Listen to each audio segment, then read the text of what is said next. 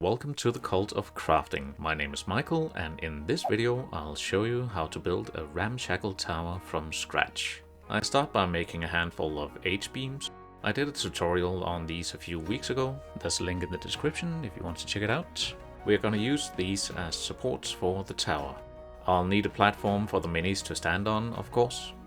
It's going to be mini Orks big, which is about 10 by 10 centimeters in the metric system. I want the platform to sit between the H-beams instead of on top of them, so I mark out where I want the beams to be and continue to cut away the corners. I deliberately make sure they aren't all oriented the same way to add to the ramshackle appearance of the structure. I'm gonna make the legs of the platform 10 centimeters long. The beams are going to be raised 2 centimeters above the platform so the minis can see over them, which leaves 8 centimeters beneath it. It's just what looks good to me. I don't want it to match up perfectly with my other terrain, so I'm just picking a more or less random height. I'll glue a couple of beams to the underside of the platform. They'll add to the stability of the platform, but they're mainly there to add an industrial vibe to the terrain piece. I cut them at different lengths and angles to make it look a bit random. This being a ramshackle tower, I want it to look like the denizens of the world built it from whatever scrap metal they could loot. To make things difficult for myself, I'm going to use PVA glue to stick the legs on the platform. So I'll use this block of foam to prop up the platform so I can hopefully place the legs at the same height. Really should have used hot glue for this, but my good hot glue guns are hiding somewhere and the other ones are lazy and take forever to reach their maximum temperature, which is just slightly hotter than your average living room. Rummaging through my hoard of crafting materials, I found a bag of popsicle sticks, which, in a stroke of luck, are 11 centimeters long. Just long enough that I can snap off the ends and they'll still reach across the building.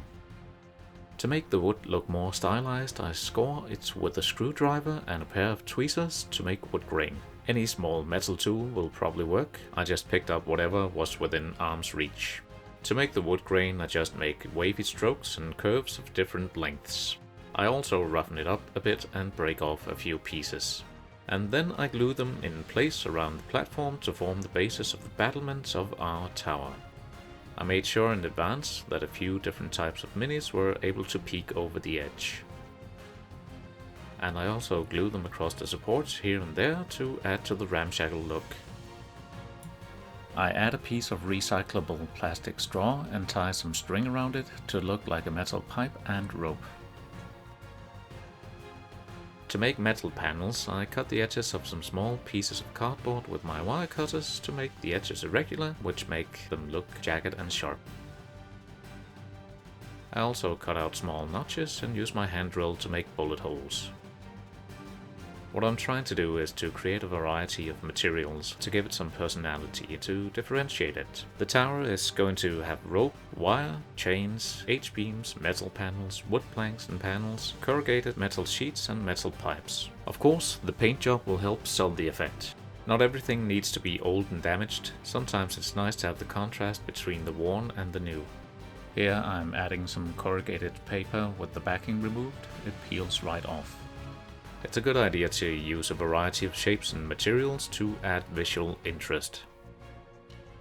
I wanted a tower that I can use for both Warhammer 40,000 and Necromunda. So, because of this, I'll avoid adding any identifying detail like orc glyphs or graffiti that would make it look like it specifically belongs to any of these settings.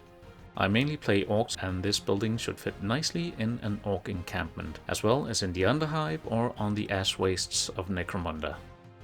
Now, you might have noticed that I didn't put in stairs or ladders. This was fully intentional. I totally didn't just forget about it. I actually wanted a piece of terrain with no way of getting in or out of it because of reasons. If you got some scraps lying around, you can always build some ramshackle structure. It's like cleaning out the fridge and making a stew from the leftovers. You should do it every so often so your crafting materials don't go bad.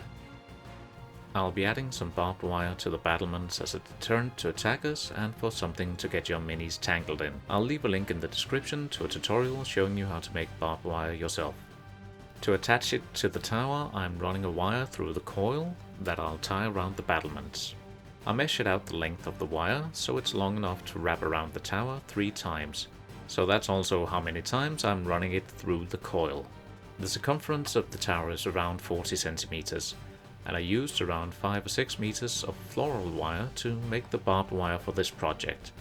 I spent some time making adjustments so the loops were spaced evenly and the guide wires looked like they were wound tightly around the building. When I was satisfied with the position of the wires, I glued them to the structure using superglue. Then I gave it a coat of thinned down PVA glue, and to finish it off I slapped on some paint.